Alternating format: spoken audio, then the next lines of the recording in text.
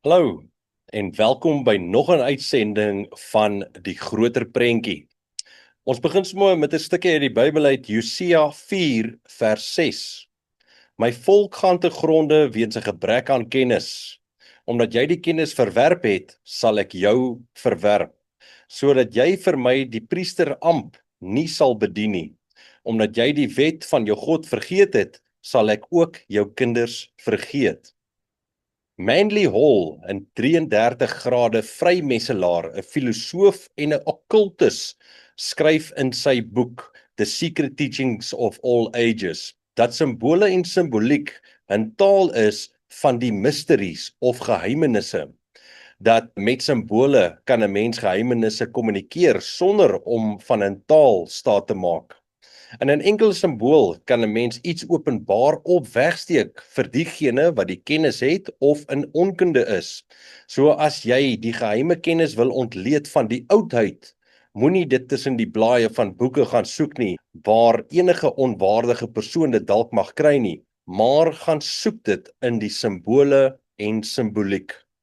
Nou vandag se onderwerp, alledaagse sataniese simbole, is in my opinie net so belangrik soos die ander onderwerpe wat ons al gedoen het.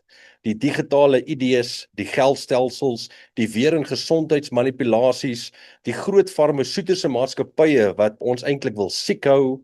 Dit is alles manipulasie om ons op die ou ende maklik beheerbare mense te maak en ons te verander sodat ons nie teen die stelsel gaan skop nie. Jesaja 5 vers 20.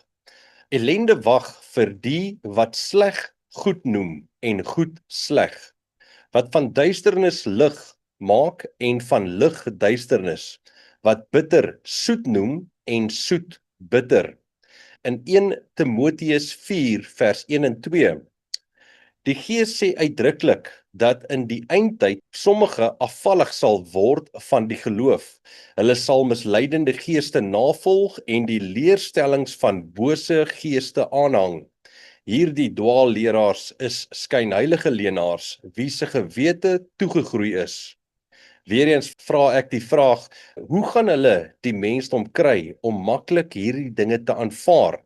Die antwoord is om ons stadig maar seker gewoon te maak daaraan. Om dit op so 'n mooi manier met skynbare goeie en opregte redes vir ons voor te stel. Een van die grootste maniere is om hulle simbole te gebruik om ons gewoond en selfs lief te maak vir daardie simbole. Jou onderbewussyn is 'n wonderlike ding. Dit neem data op, al dink jy nie eers daaroor nie. Beter as wat enige komputer dit kan doen. Nou as jy hierdie simbole in jou alledaagse lewe sien, neem jou onderbewussyn dit op en dit is net data. Daar's nie goed nie, daar's nie sleg daaraan nie, maar hoe meer jy dit sien, hoe meer word jy gewoond daaraan. Hoe meer is dit vir jou reg en is daar nie 'n probleem daarmee nie, want jou onderbewussyn tel dit die heeltyd op en dit is maar net soos asof jy die heeltyd sien 'n lig word aan of afgesit. Daar word nie regtig waar gedink daaraan, is dit goed of is dit sleg nie. Maar as jy een keer die betekenis van 'n simbool leer, wat regtig waar agter dit sit, kan jou bewussyn dit outomaties in 'n sekere kategorie sit. Sleg of goed, mooi of lelik. Daar vind dan baie maklik onderskeid plaas en hoe makliker jou onderbewussyn dit kan sien oor dit geleer was of dit goeie of 'n slegte simbool is, hoe makliker sien jy dit dan vorentoe weer eens raak. Jou onderbewussyn tel dit op want jy het jou onderbewussyn nou geleer van hierdie simbool. Nou elke simbool het 'n betekenis. Meeste van die kere meer as een betekenis.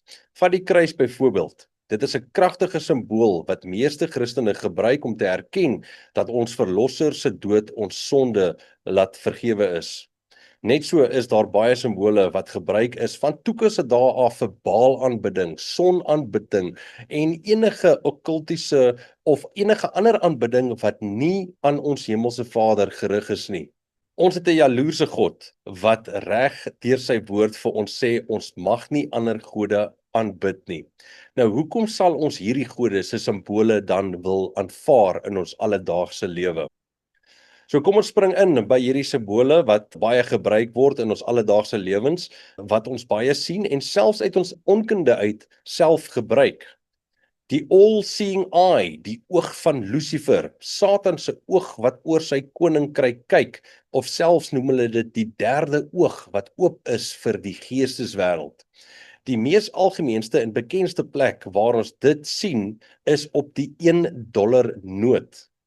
Dan is daar ook die glansgaanse of die celebrities wat dit oral oor in die media wys en versprei.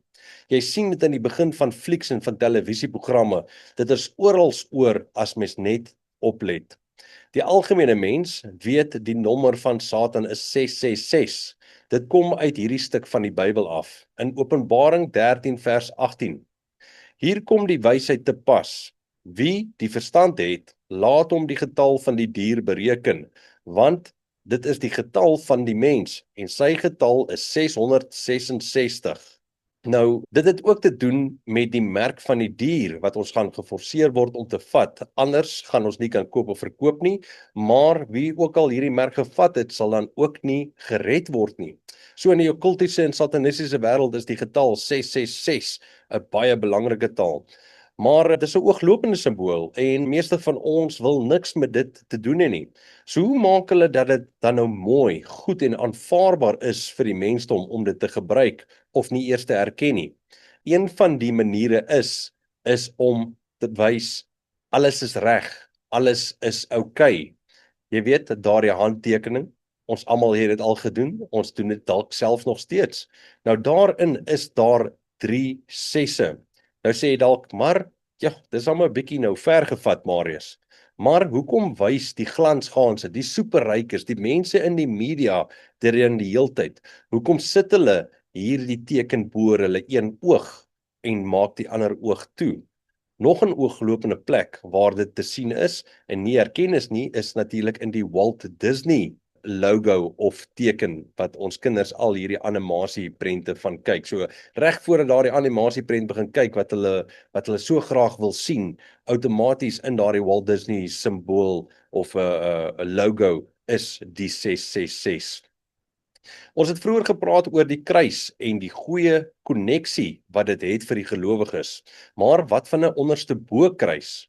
Sataniste gebruik dit om te wys dat hulle ons verlosser haat, teen hom is en die teenoorgestelde van ons wil wees en ook teen ons Vader is. Snaaks dat mense hierdie simbool in sataniese kerke asook in die Romeinse Katolieke kerke sien. Die Romeinse priesters maak die teken sonder dat hulle self besef. Ek dink hulle besef nie, hulle maak die onderste bo kruis nie. Ons is al so geïndoktrineer dat dit is 'n normale kruisteken wat hulle op hulle bors doen, maar soos in die video wat hier gewys is, kan jy sien, dit is 'n onderste bo kruis wat die priesters maak. Dan kry jy die onderste bo kruis, maar wat se arms gebreek is. Dis nog meer 'n illustrasie wat teen ons Skepper en teen ons Verlosser is. Hulle het natuurlik weer eens dit vir ons in 'n baie mooi pakkie gesit en gesê dit beteken vrede. Dit is 'n simbool van vrede en gelukigheid. Maar kom ons kyk na die ander name wat hierdie simbool ook het. Die gebroke kruis, die kraaivoet, die heksevoet en die teken van die gebreekte Israeliet. Klink hierdie soos mooi en vredevolle name? Ek dink nie so nie. Dan die pentagram is seker een van die mees herkenbaarste satanistiese simbole saam met die 3 sesse wat daar is.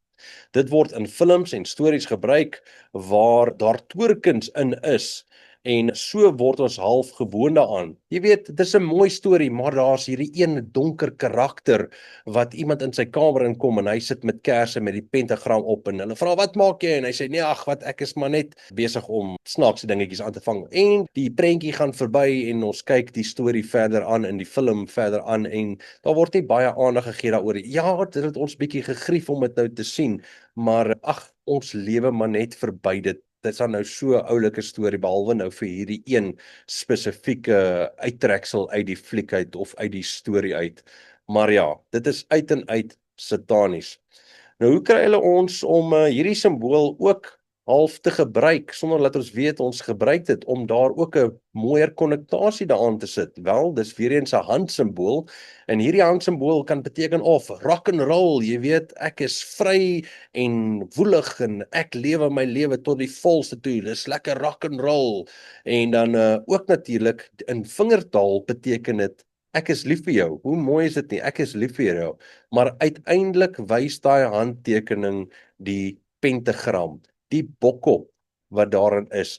Dis die mees belangrikste sataniese simbool vir geeste en demone oproep, nê? Deur Satanisme in hulle boeke self so beskryf met die teken, met die handteken wat daarmee gepaard gaan. Maak nie saak hoe mooi dit vir ons in 'n pakkie sit en sê, ag, weet jy wat, dit is mooier so of dit is lekkerder so. Jy wys dit nog steeds op die ou ende. Nou, ek het 'n klein bietjie van hierdie simbole met julle gedeel. Daar is 'n menigdom van hierdie simbole wat selfs op van ons koekies is wat ons vir ons kinders koop, op ons koeldranke wat ons drink, in die televisieprogramme, sosiale media, oral in ons lewens word hierdie ingeforseer, maar deesdae is dit baie meer ooglopend want ons is al gewoond gemaak daaraan. So nou kan hulle dit sommer maar net in die openbaar in ons skele afdruk. Is ons al so ver gevorder dat ons nie meer omgee daaroor nie. Glo ons net dat ons hemelse Vader verby dit gaan kyk terwyl dit in ons huise en ons lewens is ons al so gewoond gemaak om hierdie simbole dat wanneer dit op ons digitale ID's en geld gaan 'n verskynsel maak, ons gemanipuleerde kosse en sade op die logos daar is, die farmaseutiese pille en gesondheidsindustrie waar ons dit gaan raak sien, die groot organisasies wat die groot idees nou op hierdie stadium vorendag kom in hulle organisasies se simbole is, laat ons dit maar net laat verbygaan of gaan ons hierdie simbole begin herken en sien wie sit agter hierdie organisasies, hierdie maatskappye, die advertensies en natuurlik die televisie en films wat ons kyk. Nou ek hoop met my hele hart daar is nog tyd vir ons om nog kennis bymekaar te maak, ons kennis te verbreed en dat ons al hoe nader in ons Vader se wil sal kan bly lewe. Die volgende groter prentjie program gaan oor hoe hulle ons kinders van kleins af indoktrineer. Dit gaan 'n baie interessante een wees om na uit te sien. So as jy hierdie geniet het, lewer 'n kommentaar as jy dit interessant gevind het. Onthou, like, share, kommentaar, ons hou daarvan om te terugvoer te kry waar ons kan verbeter en wat ons kan doen en dalk idees vir volgende programme wat ons kan aanbied. Van my kant af, ek hoop jy het 'n wonderlike dag of aand. Totsiens en mooi loop.